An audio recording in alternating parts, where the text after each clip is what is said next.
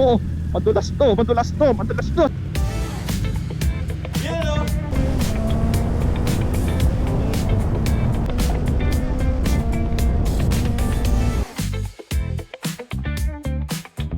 Welcome to Kabyang Tunnel. So dito sila lagi nagpipicture. Yo. Yeah! Isa-isa nagkikisa sila ng upuan eh. Astig. Dumulas.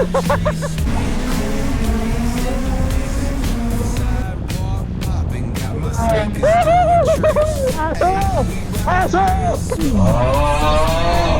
Grabe ang kalsada dito guys. Kanina pa kaming hinawarak dito ng kalsada. Lawa, lawa. Ay! Na wala tayong suotang magandang kalsada dito. Ang daming aso. Tara po. Grabe. What is up guys? Good morning. It's your boy Kuya Juicy. And we're back at it again for another episode of our vlog. Woo! So, intro natin. Nandito na tayo sa BGC, sa office natin. Dito yung meet up namin ng mga ka-work ko. At kung may naririnig kayo, parang may aso ng pakyat. So, tatlo lang naman kami ngayon. Ako, si Bibi Darwin. Ngayon, kung naririnig nyo, sakto, may isa pa tayong kasama. Si Sir Bibit. Na naka-Ducati Multistrada V2. Haha. Yeah! Grabe yung SRT na helmet to. Yan o! Ayun. So, tara na. Yeah. So, isang Tracer 900 at isang Multistrada B2. Go, let's go.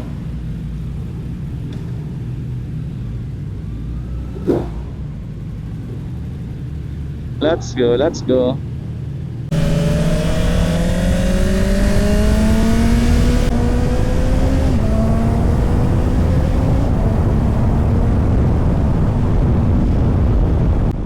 Lambot na siya. Nakakatuwa talaga itong motor na to. Sa mga ganun ha, tingnan natin mamaya sa banking ng Ternate kung ubra tong bike na to. Well, hindi naman mga sports bike yung kasama natin, so hindi ako nag-worry. Pare-pareho naman kami na setup na malambot yung suspension. So hindi naman mag-baby banking din ang gusto to. Hindi ko lang sigurado itong tao na to. Banking kung banking dito eh, kahit anong motor eh. Kahit bigyan mo yata bisikleta to, baby banking to eh. So sa kasamaang palad guys, umaambon na. And wala tayong gagawa, ganyan talaga. Hindi ko alam kung saan na-exit to si Darwin eh. Guys, so first time natin papasok dito sa tollway na to. Anong tawag dito? Tapos may parating Paranaque. Tensya na guys, di ko kabisado kasi itong mga daan na to. Sumusunod lang tayo sa navigator natin. Sure kung babasahin. Uy, binasa. Hindi nga binasa.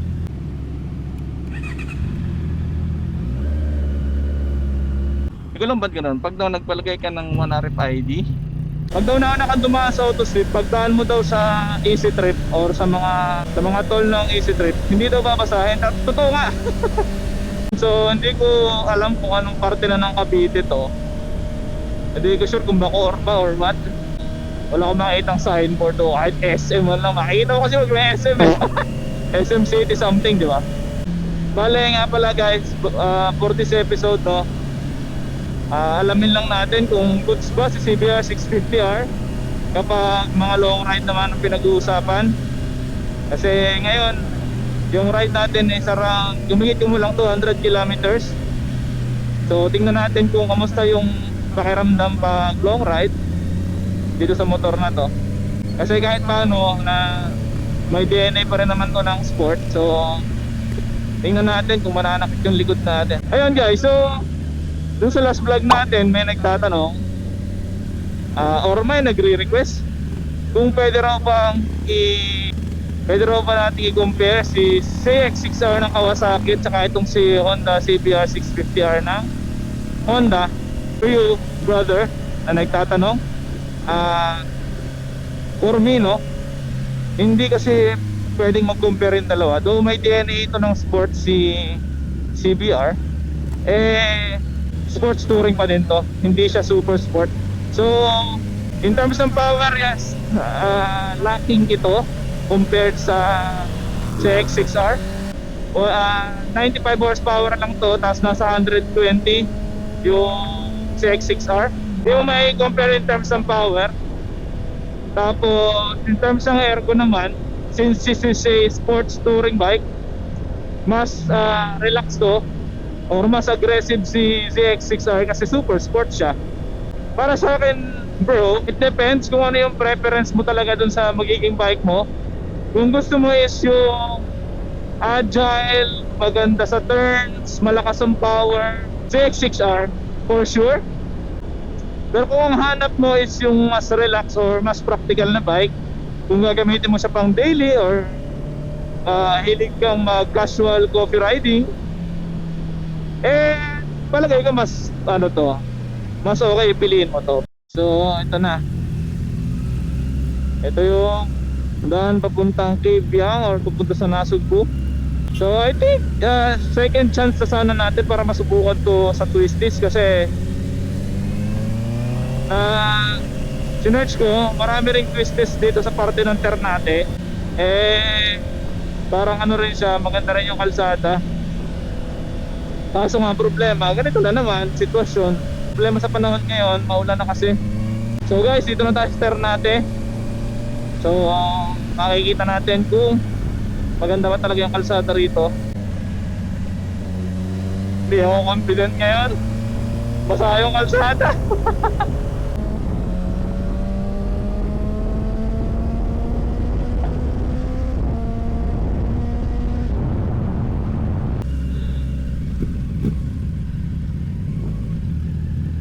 Dito na pala kaagad yun. Bukod lang pala siya. Grabe ang putek. Linis niya kagabi ah. So dapat doon kami sa the deck eh. Pero parang mas okay rito. Mas maganda yung view. Solid. Puro traffic. Kaibiyang tunnel. Tunnel lang siya. What is up guys? So ito kasama natin ngayon mga workmates natin, si Sir Bibit tsaka si Bibi Darwin. Dito tayo ngayon sa Block 8 dito sa Ternate, Cavite. So ito yung view dito sa, actually maliit lang tong place pero solid naman. Coffee lang naman tayo. Tapos ikot tayo mamaya ng Ternate. Labas tayo ng Nasugbu, tapos Tagaytay. Yun. Ayan, so dyan muna kayo guys.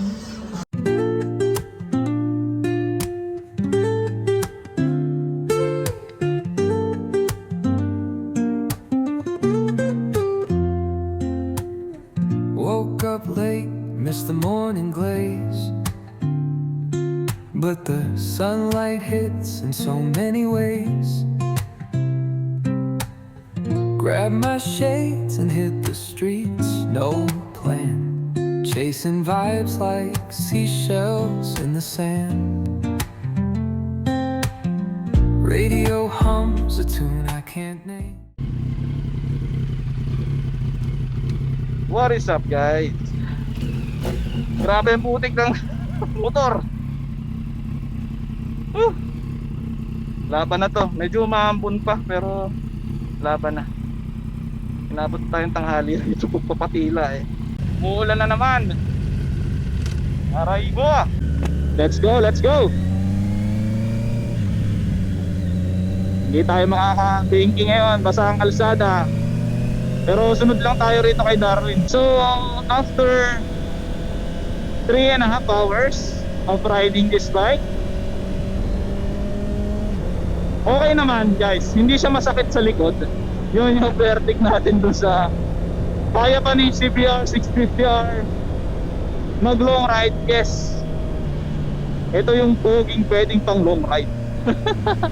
Pero actually subjective naman yung pang long ride na motor kasi depende pa rin sa katawan mo yon. Kung kaya mong i-withstand yung matagal na nakayuko sa sports bike, eh good for you. Pero ang pinag-uusapan lang natin dito is yung ergo ng bike. So in terms ng ergo ng bike, this bike can handle ganun kahabang mga rides. So good. Road lang tayo sa pace ni Darwin para kalma lang. Totoo nga, maganda nga yung kalsada kasi espalto. So may mga patsi-patsi siya mga ganyan, okay lang. Hindi naman siya ganun kalalaki. Woohoo! May mga unggoy. Mga tropang unggoy. Delikado yun, baka mga biglang tumawid, di ba? Unggoy, oh. Yeah! Isa-isa sila ng upuan eh. Astig. Yung unggoy hindi normal sa amin yun eh. Ako lang unggoy sa amin eh.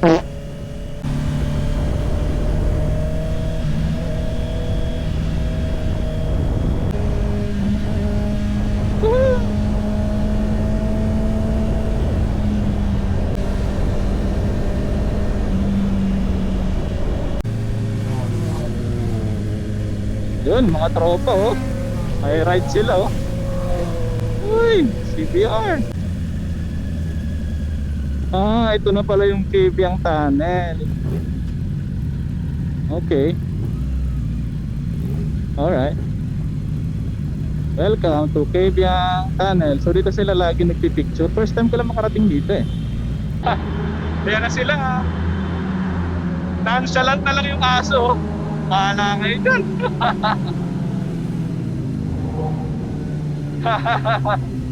10R. Let's go. Grabe yung motor. Damusak sa damusak.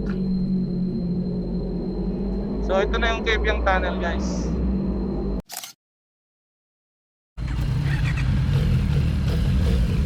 Are you ready? Let's go.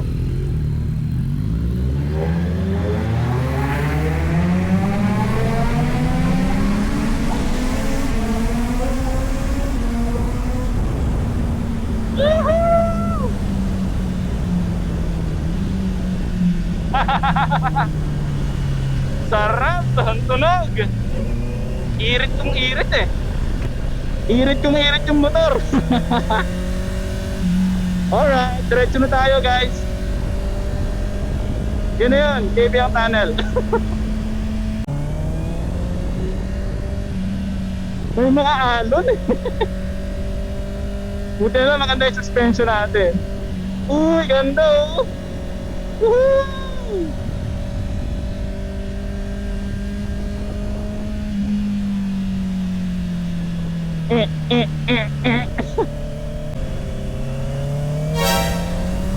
Dumulas. Dumulas dun sa sa guhit sa gitna. Ingat lang kayo guys, lalo pag gantong basa yung kalsada. Okay, liliko sa gitna. Sa amin lang eh.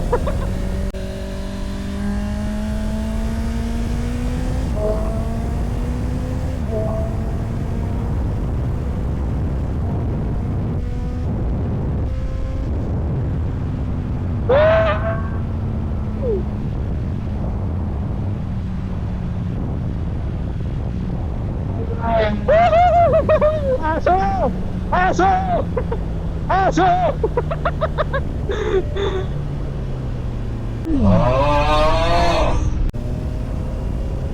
Aso! Ibang ka ba sa dibdib nun? Sigurado. Woo! Grabe!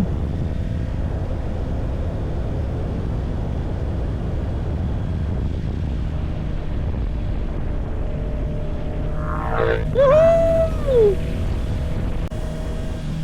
Ganda rito oh. Grabe. Sobrang talaga na-appreciate ko yung mga gantong klase ng daan. Ito talaga yung dahilan kung bakit ako bumili ng motor eh.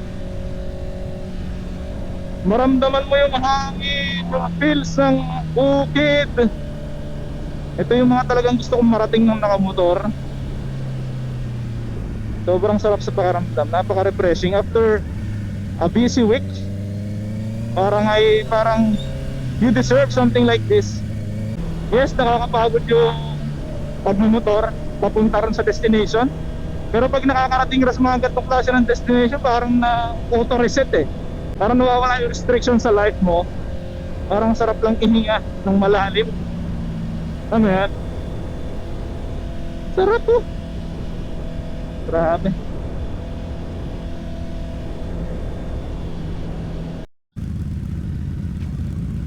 Lawa, lawa. Ay! Ay! Grabe ang kalsada dito guys. Kanina pa kaming ginawarak dito ng kalsada. Hindi makapagpabilis kasi ganito yan oh, itsura oh. Grabe, basag-basag yung kalsada. Dog, dog, dog. Ang daming aso. Ay, pangit talaga ng kalsada rito. Hindi ko sure kung nasa sa city na tayo o kung saan kapalop ng Pilipinas tayo naroon ngayon. Sunod lang tayo sa navigator natin.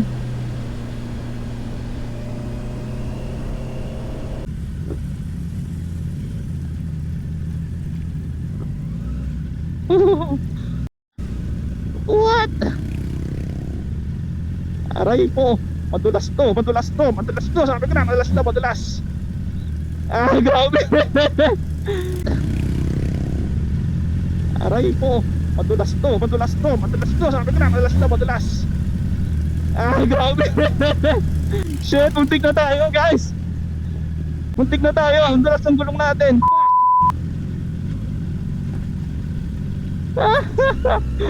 Grabe. Tinabahan ako. Grabe. Kinabahan talaga ako. Nakakatal yung tuhod ko ngayon. Yan, mga bigla-biglang tumatawid na ganyang aso. Ano ba tong kalsadang pinasok natin na to, Darwin? So pag mga ganong instances guys, napanood ko lang din sa isang vlog, huwag kang pepreno o huwag kang magpapabagal lalo ng takbo. Kailangan mas tuhalin mo yung silinyador para tumayo yung bike. Buti na lang medyo nasa tamang pag-iisip at tayo. Kasi kung nagkataon na hindi ko alam yon, shit, what the fuck is this fucking road? Ah! Kung hindi natin alam yung mga ganong klase ng knowledge sa pagmumotor, no? Baka nagtaga sana tayo. Isit, ito na naman. Ito na naman siya. Ito na naman siya. Ano ba itong pinasok natin, baby Darwin?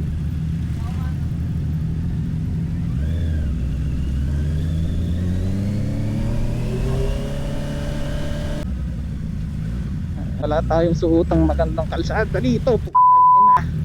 Ayop. So guys, nakita na ba kayo ng Ducati Multistrada Desert X?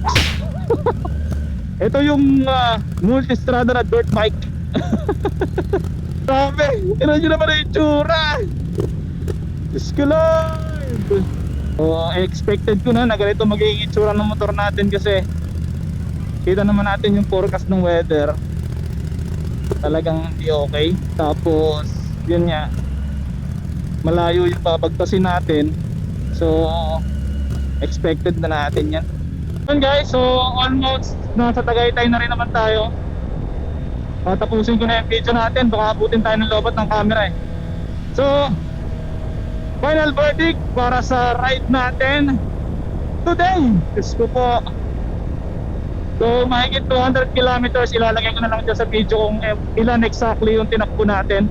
So kamusta ba sa long rides itong ating motor o itong CBR 650R? Hindi siya totally masakit sa katawan. Yung pagsakit ng katawan mo, normal yun eh, kasi medyo malayo na yung tinakbo mo. Yung wrist ko medyo nananakit na. Pero all in all guys, I think this bike is designed para sa mga malalayong rides talaga. Kaya lang talagang pangit yung mga kalsadang dinaan natin. So hindi natin ulit masubukan sa thinking tong motor natin. Nasa tag-ulan tira na kasi tayo, tag-ulan season. So ganun talaga.